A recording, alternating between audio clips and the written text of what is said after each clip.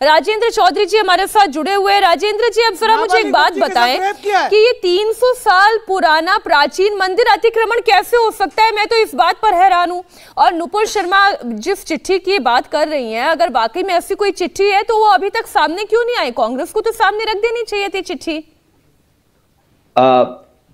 मैं आपको धन्यवाद देता हूं इस चर्चा के लिए। और बात महत्वपूर्ण ये है कि अतिक्रमण के मुद्दे पर यह चर्चा हो रही है। और चर्चा ये है कि मेरी आवाज आ रही है आपको? जी जी बिल्कुल आ रही है, बात पूरी करें अपनी। हाँ ठीक है। तो उस पे 2018 में जब वसुंधरा जी चीफ मिनिस्टर थी तो वहां उन्होंने अनाउंस किया था गौरव पथ बनाने का। और उसके बाद में जो अभी बोली थी वो कि उन्होंने मंडल अध्यक्ष ने लेटर लिखा है, डोटासरा जी ने भी कहा है। और अब जो बोर्ड है वहां पर हमको समझना ये पड़ेगा कि जो नगरीय क्षेत्र होता है वहां पे म्युनिसिपैलिटी की व्यवस्था होती है, स्वायत्त शासित संस्था। मैं लोकल सेल्फ मिनिस्टर रहा हूं और मैं आपको ये बताऊं, ग्राम पंचायत है तो वहां पे ग्राम पंचायत में सरपंच की जिम्मेदारी होती है। सरपंच अतिक्रमण हटाता है, वो तहसीलदार को लिखता है और थानेदार को लिखता है।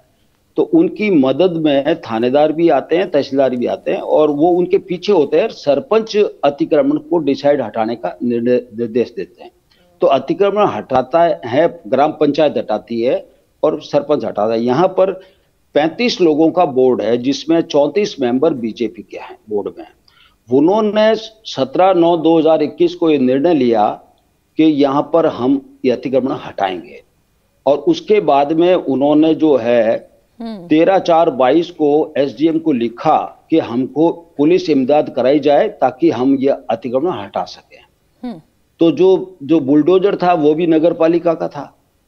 तो सबसे बड़ी बात यह है कि इसको देखने की जिम्मेदारी नगर पालिका की थी कि वहां के अधिकारी इसको देखते कि भाई यहाँ पे मंदिर आ रहा है, इसके बारे में हम क्या करें, हम इसको हटाएं या नहीं हटाएं या क्या करें। ये उनके सोचने का विषय था। बोर्ड पर ही, और उस बोर्ड में नुपुर ये बता रहे हैं कि ज्यादातर बीजेपी के ही मेंबर्स हैं।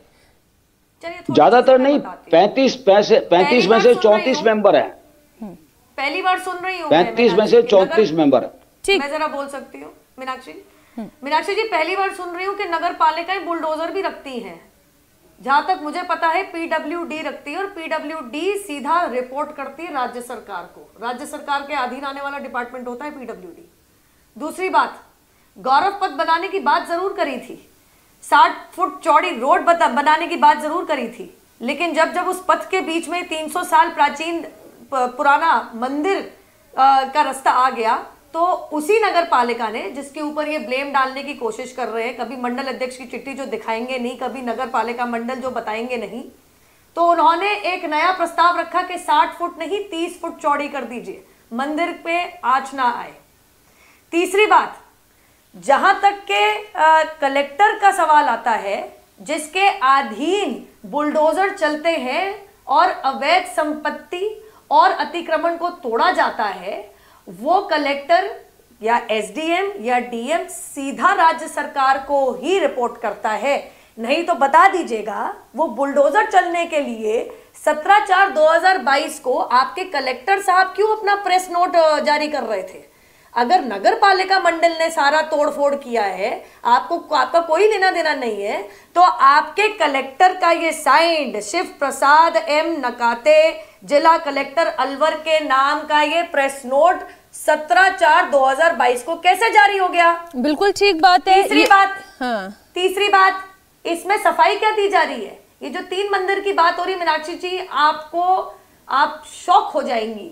साफ लिखा है इसमें पॉइंट नंबर 10 में, अतिक्रमण हटवाए जाने के दौरान दो पूर्व निर्मित मंदिर पर कार्रवाई की गई। ये कलेक्टर की प्रेस नोट बता रही है। जिनमें से एक मंदिर जो कि हाल ही में बनाया गया था, पूर्णतः वर्तमान नाले के ऊपर निर्मित था। हाल में एक शिव भगवान का मंदिर बनाया गया था जिसमें पहली बार सुना है कि नाले के ऊपर शिव भगवान की मूर्ति की स्थापना कर दी गई हो। आगे लिखा है, नाले पर निर्मित निजी मंदिर में स्थापित मूर्तियों को स्वयं निर्माणकर्ताओं द्वारा ही अतिक्रमण हटाए जाने से पूर्व ही हटा लिया गया था।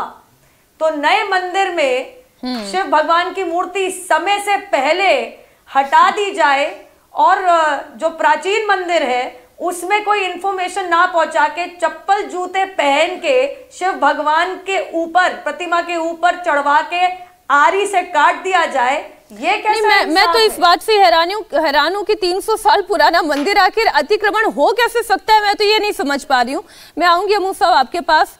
अब मुझे एक बात बताएं मौलाना हाफिज गुलाम सरवर जी कि मस्जिद की जब केवल एक अतिक्रमण की हुई दीवार टूटी थी और उसका गेट भर टूट गया था तो बहुत हल्ला मचा, बहुत हाय तौबा हुई कि आप मतलब मस्जिद के खिलाफ कार्रवाई कर रहे हैं। वहां पर एक मंदिर भी था, उसके खिलाफ भी एमसीडी कार्रवाई करने गई थी और उस पर कार्रवाई नहीं हुई तो उसमें भी हल्ला मच गया कि देखिए मंदिर था इसलिए छोड़ दिया गया। और आज की तारीख में तो राजस्थान में एक तो 300 साल पुराना प्राचीन मंदिर, वो तो अतिक्रमण कैसे हो गया ये समझ के परे है। ना सिर्फ मंदिर की इमारत ढहाई बल्कि पूरा का पूरा शिवलिंग तोड़ दिया गया। अब कोई ये नहीं कहता कि ये देखिए कितना वैमनस्य फैल गया है, हिंदुओं के खिलाफ कार्रवाई हो रही है, कोई नहीं कहता। आप कहेंगे सरवर जी? नहीं, क्यों नहीं कहेंगे। देखिए दो बातें, दो दृश्य है जहांगीरपुरी से। एक दृश्य ये आया कि जब बुलडोजर चला तो जो अतिक्रमित जगह था, मस्जिद तोड़ा गया, ये अफवाह नहीं फैलना चाहिए। न मस्जिद तोड़ी गई न मंदिर तोड़ा गया।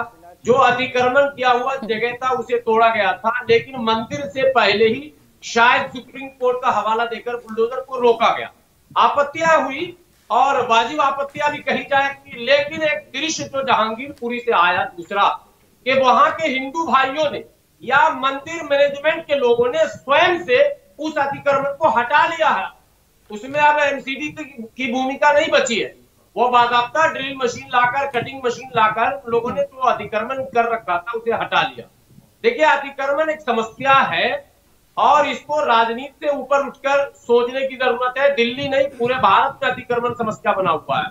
लेकिन जो बातें आपके द्वारा बताई जा रही है कि 300 वर्ष पुरानी ये मंदिर है, इसको अतिक्रमित नहीं कहा जा सकता है। 300 वर्ष पुराने का मतलब है कि आप जो रोड बनाएंगे या जो मैच बनाएंगे वो 150 साल में आपका बना होगा, 20 साल पहले बना होगा, तो पहले ही मंदिर को आप माइनस करके चलेंगे तो वो अतिक्रमित तो हो ही नहीं सकता। इसको समझने के लिए मौके पर जाना जरूरी है और बगैर मौके पर जाए, बगैर सच्चाई समझे इस पर बहुत कुछ बोलना मैं समझता उचित नहीं है। हाँ, एक प्रश्न जो बार बार भाजपा की तरफ से उठाया जा रहा है, मैं समझता हूँ वाजिब सवाल उठाया जा रहा है कि साहब अतिक्रमण के नाम पर मंदिर और मस्जिद को इस तरह से आप ध्वस्त नहीं कर सकते हैं। आपको उसके लिए बहरहाल संयम से काम लेना होगा, आपको समझना होगा, उसकी पूरी स्थिति जाननी होगी। और फिर वही लोग ये सवाल उठा रहे हैं कि कोर्ट के बगैर, इंफॉर्मेशन के बगैर, नोटिस के, विदाउट नोटिस के आप कैसे कर सकते हैं। इंडिया टीवी हर वक्त हर जगह डाउनलोड करने के लिए सर्च करें India TV news Google play store या ऐप स्टोर पर।